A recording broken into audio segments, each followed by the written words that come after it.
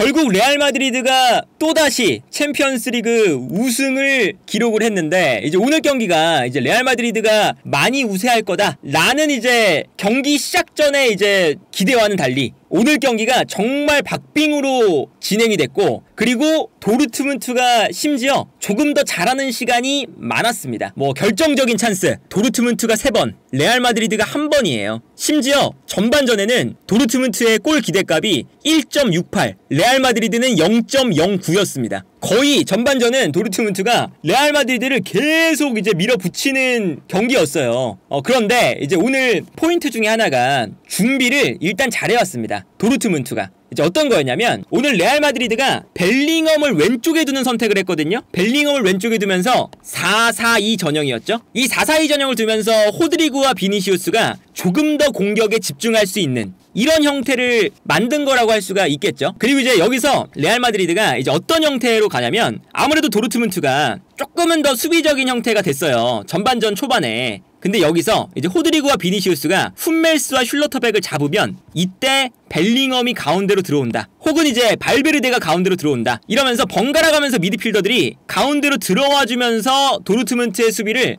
무너뜨려 보려고 했거든요. 그런데 요게 역으로 벨링엄 쪽에서의 문제로 연결이 됐습니다. 이 장면 보시면 레알 마드리드가 4-4-2 전형이거든요. 4-4-2. 여기에 이제 벨링엄이 왼쪽에 배치가 되는 전형이에요. 그런데 벨링엄이 공격할 때는 어떻게 되냐, 가운데로 들어오면서 순간적으로 이 도르트문트의 수비 라인 사이로 들어갑니다. 그래서 이제 도르트문트가 요 라인 사이에 공간이 났을 때 벨링엄한테 볼이 가고, 벨링엄이 볼을 받아서 전개를 해주는, 뛰어나가는 이제 비니시우스와 호드리구의 연결고리가 되어주는 역할이었죠. 근데 이게 역으로 오늘 경기에 약간 도르트문트가 우위를 점할 수 있는 포인트가 돼버렸어요. 그리고 이거를 오늘 도르트문트가 정말 잘 노리면서 나왔습니다. 벨링엄이 가운데로 들어가 버리니까 도르트문트는 요 오른쪽 라인을 활용을 많이 하기 시작해요. 어떤 거였냐면, 이제 필크루크가 앞에 있고 브란트가 밑에 있고요, 아데미가 왼쪽에 있죠. 근데 여기서 산초가 올라갑니다. 그리고 여기에 더해서 류에르송까지 올라가요. 그리고 여기에 더해서 자비처까지 올라가요. 이렇게 3명이 올라가면서 순간적으로 오른쪽 라인에서 과부하를 걸거든요. 근데 벨링엄이 가운데로 들어가다 보니까 크로스가 이 공간을 커버해야 되는 상황이 나오는 거예요. 그래서 요 공간에서 오늘 도르트문트가 굉장히 찬스를 많이 만들었습니다. 요 포인트를 오늘 도르트문트가 준비를 일단 잘해왔다고 볼 수가 있겠죠. 요 장 보시면 벨링엄이 공격할 때는 가운데로 들어가 있는 게 보이시죠? 그러니까 도르트문트가 공격을 전개하는데 자연스럽게 이쪽 공간에 선수가 좀 없어요. 근데 여기서 뛰어들어가는 선수들이 산초, 자비처, 뒤에서는 류에르송까지 올라오고 있습니다. 이 공간을 도르트문트가 역습할 때 활용을 하기 시작하거든요. 그래서 왼쪽에서 올라가다가 반대편이 비니까 벨링엄이 못 내려오고 있죠? 위쪽에서 못 내려오니까 이 공간으로 패스가 넘어갑니다. 그래서 이 패스가 들어가면서 자비처의 중거리 슈팅 찬스가 나오죠. 이 장면도 보시면 벨링엄이 올라갔다가 내려오는 장면이거든요. 근데 여기서 류에르송이 올라가고요, 그리고 여기에 산초가 측면으로 빠져요. 근데 이제 벨링엄이 약간 측면 수비가 늦다 보니까 맨디가 끌려 나오면서 산초의 움직임을 놓치죠. 그러면 이 산초를 따라가야 되는 선수가 기동력이 약간은 떨어지는 크로스입니다. 그러니까 이 공간으로 패스가 들어가면서 산초와 크로스가 1대1이 되고, 여기서 산초가 크로스를 벗겨내면서 측면을 무너뜨리는 장면이 나와요. 이런 장면을 보면 오늘 이 도르트문트 자체가 레알 마드리드의 이 구조적인 측면을 공략을 참 잘한다. 그래서 오늘 경기만 봐도 분명히 도르트문트가 준비를 참 잘했습니다. 그리고 결정적인 찬스가 많았잖아요. 이것도 어떤 측면이 있었냐면, 아까 말씀드렸던 것처럼 류에르송이 올라가요. 그럼 산초가 약간 가운데로 들어오면서 의도적으로 크로스랑 붙으려고 합니다. 요 싸움에서는 산초가 더 재빠르고 돌파가 되니까 일부러 산초를 가운데로 배치를 시켜요. 그리고 벨링엄이 요 자리를 왔다 갔다 하니까 요 류에르송을 올리는 거죠. 그리고 여기에 더해서 엠레잔이 내려오면서 3백을 만듭니다. 일부러. 그리고 마트센이 가운데로 들어가요. 이렇게 되면 자연스럽게 류에르송은 올라가고 마트센은 가운데로 들어오는 형태가 되는 거죠. 그래서 이런 형태로 일단 딱 틀을 만들어 놓고 벨링엄 쪽을 잘 노렸거든요. 그리고 여기에 더해서 이제 이게 어떤 측면이 있냐, 슐러터백과 훈멜스가 자연스럽게 좀 올라올 수가 있습니다. 올라와서 슐러터백이 패스, 훈멜스의 패스, 요 패스를 찔러주기 시작해요. 근데 이제 요 두 명의 선수가 조금 자유롭게 되면서 요 패스가 정말 날카롭게 들어갑니다. 요 구조도 이제 도르트문트가 준비를 잘해왔다고 좀 봐야 되는 거죠. 이제 요 장면도 보시면 훈멜스가 오른쪽에 있고 엠레잔이 약간 가운데로 들어가죠. 그러니까 슐로터백이 왼쪽으로 빠집니다. 근데 왼쪽으로 빠지다 보니까 슐로터백이 다소 올라와서 패스를 뿌릴 수가 있어요. 이때 앞쪽에서 필크루크가 뛰고, 늘상 도르트문트의 경기를 보면 슐로터백의 패스가 날카롭게 들어가죠. 파리 생제르맹과의 경기에서도 이런 식으로 골을 넣었죠. 뛰어들어가는 필크루크, 패스를 보내주는 슐로터백. 요게 딱 맞아떨어지면서 필크루크가 뒷공간을 완전히 무너뜨립니다. 그리고 필크루크에게 수비가 쏠리니까 이때 브란트가 가운데로 들어오기 시작하고, 여기서 필크루크가 돌아선 다음에 뛰어들어오는 브란트에게 패스. 여기서 이제 결정적인 득점 찬스가 나오는 걸 볼 수가 있었죠.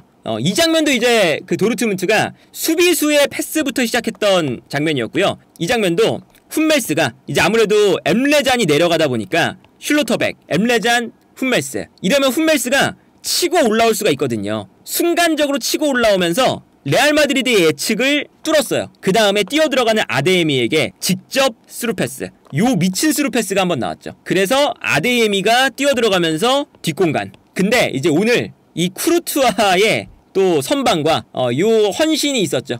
쿠르투아가 여기서 아데예미가 뛰어들어올 때 심리 싸움에서 이기면서 기다리고 있다가 아데예미가 치고 달릴 때 잘 따라가면서, 아데예미의 터치가 길었어요. 쿠르투아가 잘 따라가다 보니까 길었고, 이때 카르발이 뛰어들어오면서 아데예미를 따라잡습니다.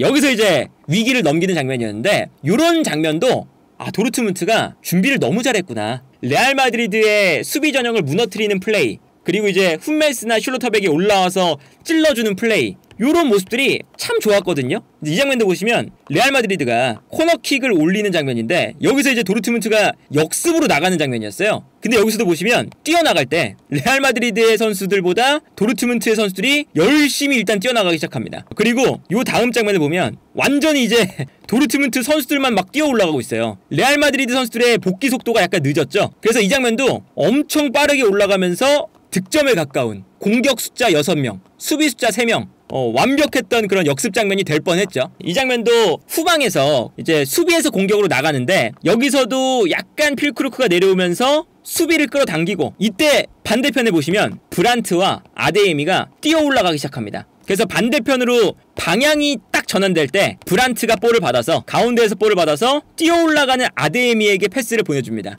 이미 필크루크, 산초, 아데예미 뛰어가고 있는데 아데예미 쪽으로 패스를 찔러주죠. 그리고 여기서 이제 아데예미가 뛰어 들어가면서, 요 스피드가 참 아데예미가 오늘 좋았으니까 뛰어 올라가면서 아데예미가 이 공간을 완전히 무너뜨렸고, 여기서 이제 결정적인 슈팅 찬스가 나오는데, 일단 약간 아데예미의 터치가 너무 측면으로 가기도 했고요. 여기서 슈팅이 됐을 때 오늘도 역시나 이 쿠르투아가 또다시 선방을 하면서 요걸 또 막아냈죠. 그리고 요게 이제 떨어져 나오는 세컨볼이 필크루크한테 갔는데, 필크루크가 머리에 맞추는 게 좀 하늘로 뜨면서 요 기회도 마무리가 안 됐었고, 그래서 오늘 전반전에는 도르트문트가 진짜 기회를 많이 만들었어요. 이것도 비슷한 패턴이거든요. 벨링엄이 가운데로 들어갔을 때 요 공간을 노리기 위해서 산초 들어오고 자비초 올라갑니다. 뒤에서 류에르송도 올라가요. 그래서 이 장면이 딱 명확하죠. 벨링엄이 올라가 있다가 못 내려오고 있으니까 이 오른쪽 공간을 공략을 하기 시작하고, 오른쪽 라인에서 산초, 그리고 자비처가 앞으로 뛰어나가니까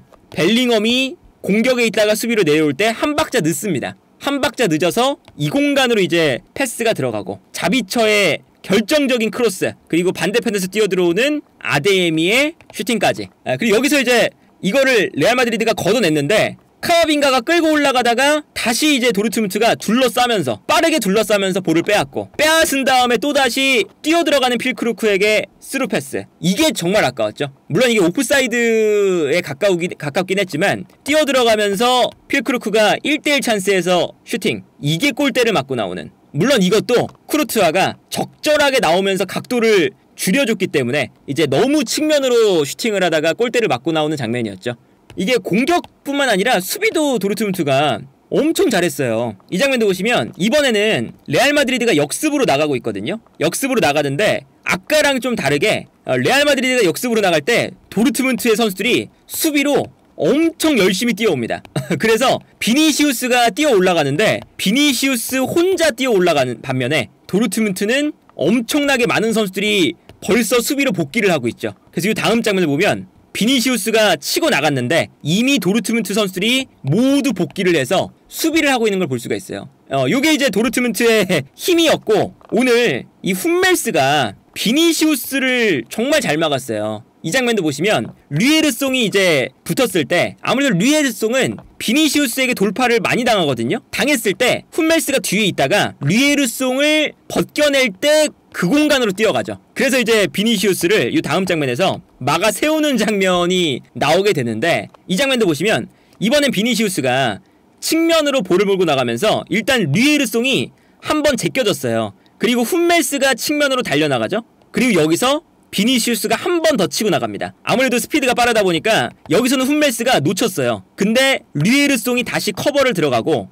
훈멜스는 여기서 멈춰있지 않고 다시 백업을 들어갑니다. 근데 여기서도 비니시우스가 달려 들어갈 때 뒷발로 가랑이 사이로 볼을 넣고 류에르송을 거의 뭐 농락하면서 돌파가 됐거든요. 그런데 훈멜스가 달려와서 바로 수비. 이번에는 류에르송이 아예 붙잡질 못해서 호드리구랑 비니시우스가 뛰어들어가는데 훈멜스가 혼자 있습니다. 혼자. 호드리구한테 볼이 가는 상황이었죠. 근데 여기서 훈멜스가 어떤 플레이를 하냐면 호드리구가 안쪽으로 들어가고 비니시우스가 측면으로 나갈 때 훈멜스가 약간 호드리구 쪽으로 움직여요. 이제 혹시나 비니시우스 쪽으로 끌려 나갔다가 이 공간이 비워질까봐 약간 뒤로 빠집니다. 뒤로 빠지니까 비니시우스가 치고 달리죠? 치고 달릴 때 갑자기 훈멜스가 튀어나오면서 비니시우스를 막아 세우는 장면이 나옵니다. 여기서도 태클이 성공하면서 스로인을 만드는 장면인데, 요런 모습들 보면 훈멜스가 이번 시즌에 유럽 최고의 중앙수비수 중에 한 명이다 라고 평가받는 이유가 바로 저런 부분에서 나온다. 그래서 전체적으로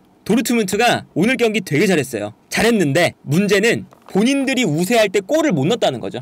이 차이가 어쨌든 이 레알 마드리드와 도르트문트의 차이. 그러니까 레알 마드리드는 어쨌든 결정을 지어줄 수 있는 선수가 너무 많아요. 비니시우스 있죠, 뭐 벨링엄 있죠, 호드리구, 뭐 오늘 골을 넣었던 뭐 카르바알마저 이제 골을 넣고, 이런 거 보면 결정력에서 차이가 나니까 도르트문트가 기회를 많이 만들면 본인들이 뭔가 결정을 지었어야 돼요. 근데 일단 뭐 결정을 못 지었고, 경기력이 좋은데도 불구하고, 그리고 쿠르투아가 정말 잘 막아냈고, 그리고 여기에 더해서 안첼로티 감독이 전반전에 약간 이제 도르트문트에게 많이 밀리니까 후반전에 어떤 전략을 들고 나오냐면, 아까 말씀드렸던 것처럼 벨링엄이 가운데로 들어가니까, 벨링엄이 가운데로 들어갔을 때 산초, 류에르송, 그리고 자비처까지 올라올 때가 있고, 이 오른쪽 공간이 문제가 되는 거잖아요. 그러니까 후반전에 그냥 크로스, 카마빈가, 벨링엄 미드필더 3명을 두고 비니시우스가 내려갑니다. 호드리구가 최전방에 있었어요. 그리고 어쩔 때는 아데에미 그리고 마트센까지 올라가잖아요. 그러면 아예 호드리구까지 내려갑니다. 그래서 이제 본인들이 전반전에 오히려 이 도르트문트의 공격에 당하니까 비니시우스나 호드리구를 내려버려서 도르트문트가 올라오게끔 만들어요. 그리고 이제 도르트문트의 공격 템포가 좋으니까 도르트문트의 공격 템포를 죽이는 선택을 바로 한 거죠. 그래서 이제 그 후반전에 이제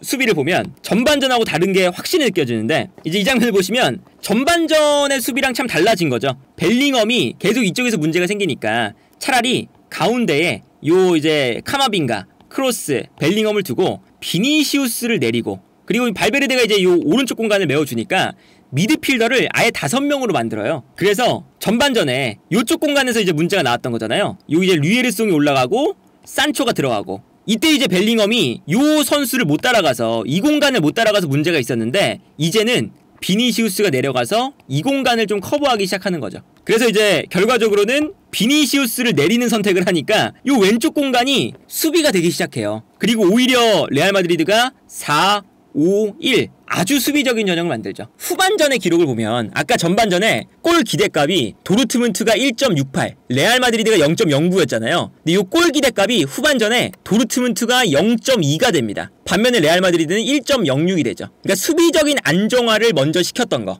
비니시우스를 내리는 그 선택이 오늘 이 그 안첼로티 감독의 전술적인 승리 중에 하나였다. 그리고 레알 마드리드는 이제 뭐 늘상 말씀을 드리는 거지만 득점을 만들 때 이 팀은 누구든 득점을 만들 수 있다. 이거잖아요. 코너킥 상황 때 레알 마드리드가 패턴을 몇 번 보여줬어요. 애초에 요 카르발입니다. 카르발. 이제 아무래도 그 요 센터백 라인에 훈멜스라던가 뭐 슐로터백이라던가 요런 선수들이 수비를 잘하니까 요 안쪽에서는 레알 마드리드가 그렇게 위협적이지 못해요. 그래서 카르발이 요 앞 공간으로 뛰어나가고 크로스가 짧게 올려주는 요 코너킥을 시도를 하기 시작하거든요. 근데 여기서 어떤 전술이 있었냐? 앞쪽에 있는 선수가 뛰어나갑니다. 나가면서 일단 수비를 한 명 끌어당겨요. 그러면 그때 카르발이 가운데 있다가 순간적으로 요 공간으로 뛰어오는 거죠. 그리고 이 공간으로 크로스, 여기서 카르발이 머리에 맞추는. 그래서 이 다음 장면도 보시면 앞쪽으로 수비를 끌어낼 때 카르발이 뒷공간으로 들어가고 이 공간으로 정확하게 이제 크로스에 코너킥이 올라오니까 여기서 카르발이 머리에 맞추는 장면이 나오거든요. 이게 후반전 시작하자마자 한번 나왔고, 이 장면도 보세요. 앞쪽에 있는 선수가 한 명 끌고 나갑니다. 끌고 나가면서 수비수들이 앞쪽에 있는 선수에게 끌려 나가요. 그러면 카르발이 가운데 있다가 끌고 나갈 때 요 가운데로 이제 들어가기 시작하는 거거든요. 그래서 결국에는 득점이 나올 때 보시면 수비를 끌고 나가는 선수 한 명, 요 가운데로 들어오는 카르발, 그리고 요 공간을 이제 카르발이 활용할 때 정말 정확하게 올라오는 크로스의 코너킥, 여기서 카르발의 득점, 이게 나왔죠. 그러니까 이것도 이제 레알 마드리드가 정말 영리하게 의도한 코너킥, 의도한 패턴에서 득점이 나왔다. 그리고 저게 이제 그 의미하는 바가 상당하죠. 이게 크로스의 패스, 카르발의 마무리거든요. 낭만도 챙긴 거예요. 이게 이제 레알 마드리드의 전통적인 패턴이죠. 크로스가 왼쪽 라인에서 볼을 잡습니다. 그리고 비니시우스, 벨링엄, 그리고 반대편에는 호드리구까지 있거든요. 왼쪽으로 수비를 다 쏠리게 만들어요. 쏠리게 만들고 이때 반대편으로 카르발이 올라가요. 이 공간으로 이제 대지를 가르는 패스 한방. 그러면 카르발이 반대편에서 볼을 잡는다. 10년간 크로스와 카르발의 이거는 뭐 그냥 눈만 맞으면 나오는 패턴이에요. 근데 저 패턴을 이제 오늘 경기를 끝으로 못 보잖아요. 근데 득점이 크로스의 코너킥, 카르발의 머리에서 나왔다. 이 낭만까지 좀 챙겼고, 반대로 어떤 게 있냐면 도르트문트는 본인들이 잘하다가 흐름을 뺏기니까 잘못된 선택을 합니다. 본인들이 이제 실점을 하자마자 엠레잔을 빼고 도니말렌, 브란트를 빼고 알레를 넣는 선택을 합니다. 요게 매우 안 좋았어요. 그러니까 이게 뭐 1대0으로 지고 있으니까 나름대로 테르지치 감독은 공격수를 더 늘리는 선택을 한 거거든요. 늘상 이렇게 이제 너무 과도하게 공격수를 늘리면 거기서 문제가 생길 때가 많죠. 브란트가 빠지고 알레가 들어오고요. 엠레잔이 빠지고 도니말렌이 들어왔어요. 그러니까 원래 엠레잔이 아까 봤던 게 자비처가 올라갔다 내려갈 때 할 때 뒤쪽에서 수비를 엄청 해주거든요. 그리고 여기에 더해서 마트센과 뭐 루이레송이 올라갈 때 가운데로 들어와주면서 슐러터백과 훈멜스 자연스럽게 3백을 만들어주는 구조까지 만들어주는 게 엠레잔의 역할이잖아요. 그런데 공격을 해야 된다고 엠레잔까지 빼버립니다.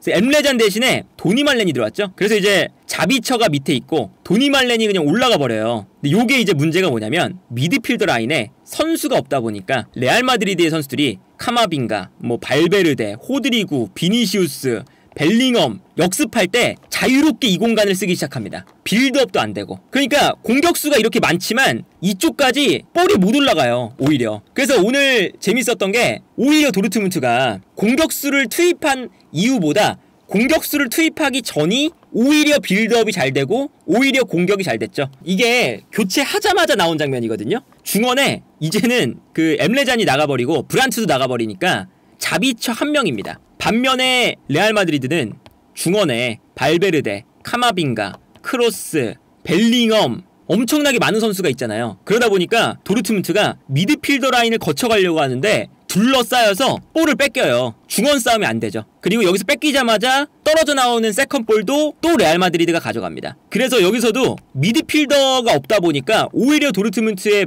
밸런스가 무너지고 그러다가 실점이 나오죠. 이것도 그냥 나온 실수가 아닙니다. 어떤 거냐? 훈멜스와 요 슐로터백 두 명의 선수가 있고 아까 빌드업 할 때 훈멜스와 슐로터백이 좌우로 퍼지면 엠레잔이 내려와서 3백을 만들었죠. 그래서 아마 이제 이 마트센도 그냥 가운데로 줬으면 엠레잔이 있었다면 내려와서 받아주고 훈멜스와 이제 슐로터백이 좌우로 퍼지는 이 3백이 됐을 거예요. 그래서 이 훈멜스도 어떤 동작을 가져가냐? 뒷걸음질을 칩니다. 훈멜스가 3백 만들려고. 슐로터백도 약간 앞으로 나오고. 그런데 내려오는 엠레잔이 없어요.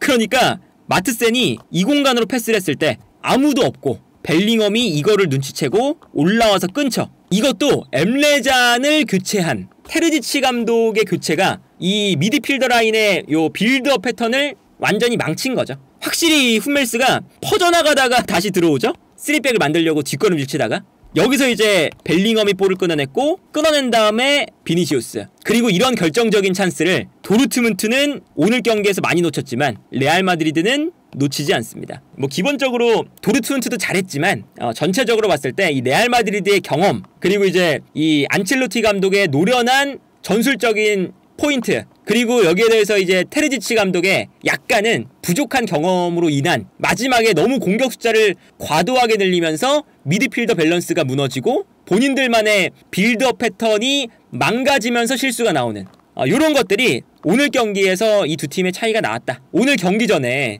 크로스가 얘기했던 인터뷰가 있거든요. 레알 마드리드는 왜 이렇게 역전승이 많냐? 크로스가 레알 마드리드는 다른 팀하고 다른 게 끝날 때까지 본인들이 이긴다고 생각한다. 끝날 때까지 우리는 지고 있어도 이길 수 있는 가능성이 있다고 생각을 하면서 경기를 한다. 뭐 이렇게 얘기를 해요. 반면에 이제 도르트문트는 한 골 먹히니까 약간 오늘 우리가 경기력은 좋았는데 말린다. 그러다 보니까 초조해지고 그러다 보니까 무리수를 두고 거기서 밸런스 무너지고 실수 나오고 이제 그런 거죠. 그래서 이제 뭐 오늘 경기 요 크로스가 딱 경기 끝나자마자 뭐 원샷이 잡히고 그리고 이제 경기장을 떠나면서 마지막 경기였잖아요. 크로스가 이렇게 멋있게 포효하면서 레알 마드리드의 경력을 챔피언스리그 우승으로 마무리하는 이런 모습을 볼 수가 있었고 반대로 이제 로이스는 이제 실수했던 마트세넨테 가서 괜찮다 위로해주는 이제 모습이 잡히고 약간 대비가 되는 이 두 선수의 뭐 모습을 볼 수가 있었고 그래서 이제 레알 마드리드가 15번째 우승 그리고 이제 요 나초도 이번 시즌이 마지막일 가능성이 높아요. 나초가 이제 주장으로서 트로피를 들어올렸고 크로스가 이렇게 챔피언스리그 트로피를 또 나와서 드는 모습도 나오고 그러면서 이제 오늘 우승으로 레알 마드리드는 15번째 챔스 우승 그리고 안첼로티는 5번째 챔스 우승 대단하죠. 그리고 여기에 더해서 크로스와 나초는 6번째 챔스 우승을 하면서 레알 마드리드의 경력을 끝냈습니다.